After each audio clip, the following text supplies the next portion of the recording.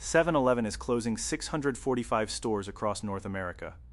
In the same breath, it's opening more than 1,000 new ones. That's not a company in retreat. That's not a company falling apart. That's a $47 billion war, a Japanese convenience store giant just won by refusing to fight it on someone else's terms. Here's the number that explains everything. Food-forward 7-Eleven stores are pulling in roughly 18% higher average daily sales than the rest of the system. Some company statements put the gap closer to 30% more revenue per day than a traditional store. Same brand, same parking lot out front, same Slurpee machine humming in the corner, and one version of the store is making significantly more money than the other simply because of what's sitting in the kitchen behind the counter. 7-I, the Tokyo-based parent company, looked at that gap and decided the fix wasn't marketing, it was math. So they're closing the losers and building the winners. And they're doing it at a scale most people haven't clocked yet. Let's rewind to understand why this moment even exists. Because a year ago, 7-Eleven wasn't the one making headlines for growth. It was the one everybody thought was about to get bought. In August 2024, Canada's alimentation Couche-Tard, the company behind Circle K, offered to buy 7-I outright. The first number on the table was close to $40 billion. 7-I said no. So Couche-Tard came back with $47 billion, an offer that would have created the largest convenience store operator on the planet. Something like 20,000 stores under one roof. For nearly a year, the two sides circled each other. They signed a non-disclosure agreement. They talked about a store divestment plan to smooth over antitrust concerns.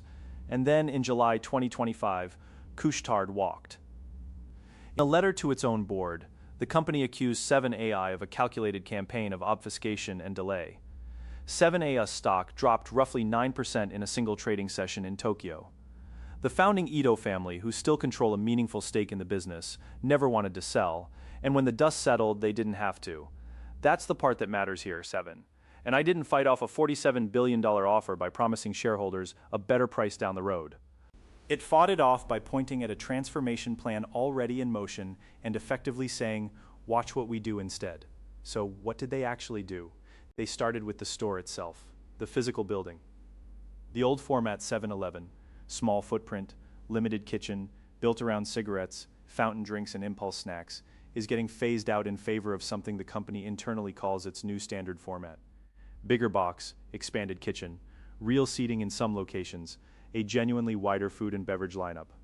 As part of the closures, 645 underperforming stores across North America are being shut down by the end of February 2027, with 200 of those closures landing in this fiscal year alone. But that's only half the sentence. On the other side of the ledger, the company is targeting roughly 300 new large-format, food-focused stores in the U.S. by 2030, with 205 new locations already planned for this year and 30 of them already open and running. This isn't downsizing. This is a company performing surgery on its own footprint while the patient is still standing. And then there's the sandwich. In December 2025, 7-Eleven quietly rolled out a Japanese-style egg salad sandwich in the U.S., a tamago sando built on soft milk bread with Kewpie mayonnaise, the same item that's been a cult favorite inside Japanese 7-Elevens for years. It sounds small. It wasn't. The launch went viral almost immediately.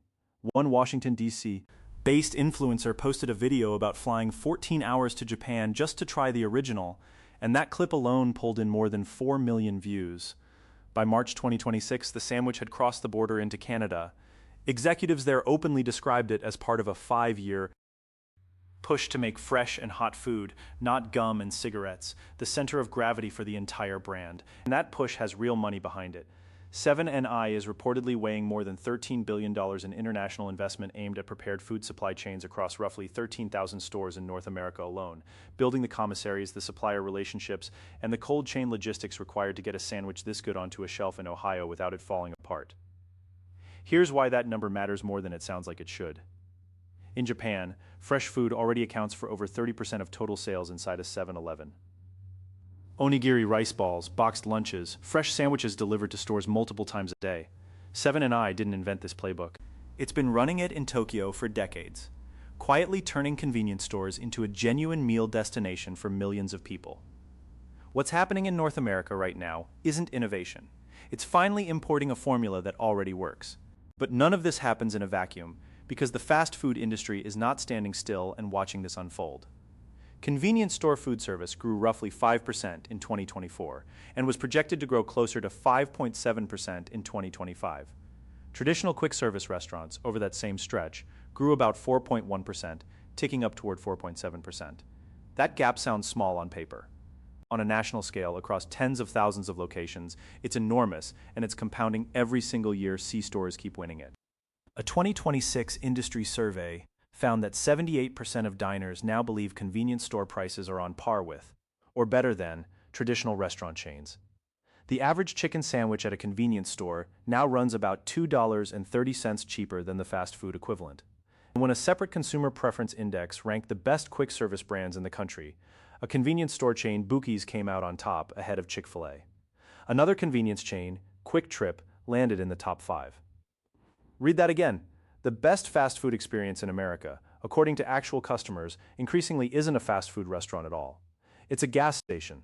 That's the real war 7-Eleven just entered, and it's bigger than any single acquisition bid ever could have been. It's not just burger chains feeling the squeeze either. Grocery stores are elbowing into the exact same territory from the opposite direction, loading up on grab-and-go meals, hot bars, and prepared foods of their own. Placer.a's own research put it bluntly: restaurant chains at every price tier are navigating mounting pressure in 2026 as rising menu costs weaken the old idea that fast food is automatically the cheap option. 7 in 10 consumers surveyed said food prepared at home still offers the best value they can find. 7-Eleven is essentially threading a needle between two much bigger industries at once: cheaper than a restaurant, faster than a grocery run, and betting that positioning wins more often than it loses. On the menu side, the Tamago Sando isn't a one-off stunt either. It's the leading edge of a wider rollout that includes new breakfast items, like Belgian waffle sandwiches and breakfast tacos, products explicitly built to intercept customers before they ever reach a drive-through window in the morning.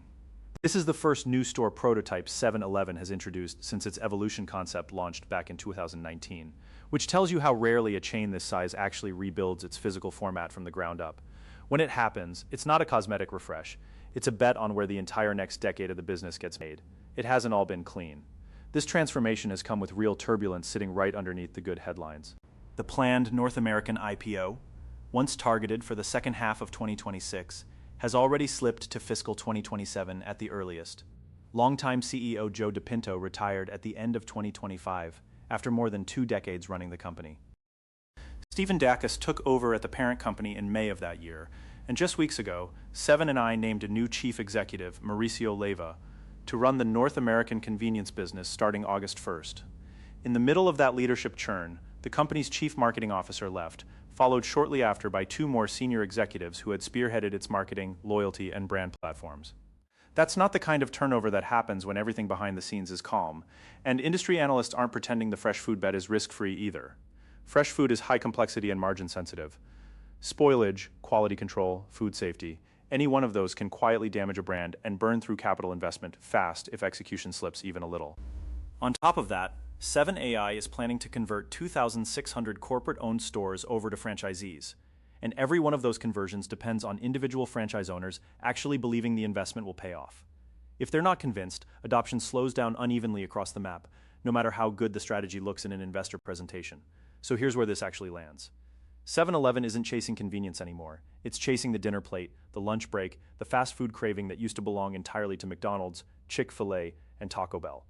It's betting that a sandwich developed in Tokyo and a supply chain built with $13 billion can quietly out-execute an entire industry that spent 70 years perfecting the art of getting a hot meal into your hands fast. 7A is targeting 11.3 trillion yen in revenue, close to $78 billion by 2030. Getting there means winning a fight that has nothing to do with gas prices or Slurpee flavors anymore. The bigger question isn't whether 7-Eleven can build a better sandwich. Clearly, it already has. The question is whether an entire industry built around drive-through windows and value menus can survive a convenience store chain deciding it wants the meal, not just the pit stop on the way there. So where do you land on this? Is the corner store about to become the default place America eats, or is this fresh food bet going to buckle the moment quality control slips at scale? Drop your take in the comments. I read everyone. If you're new here, subscribe to the channel and like the video. There's a lot more coming.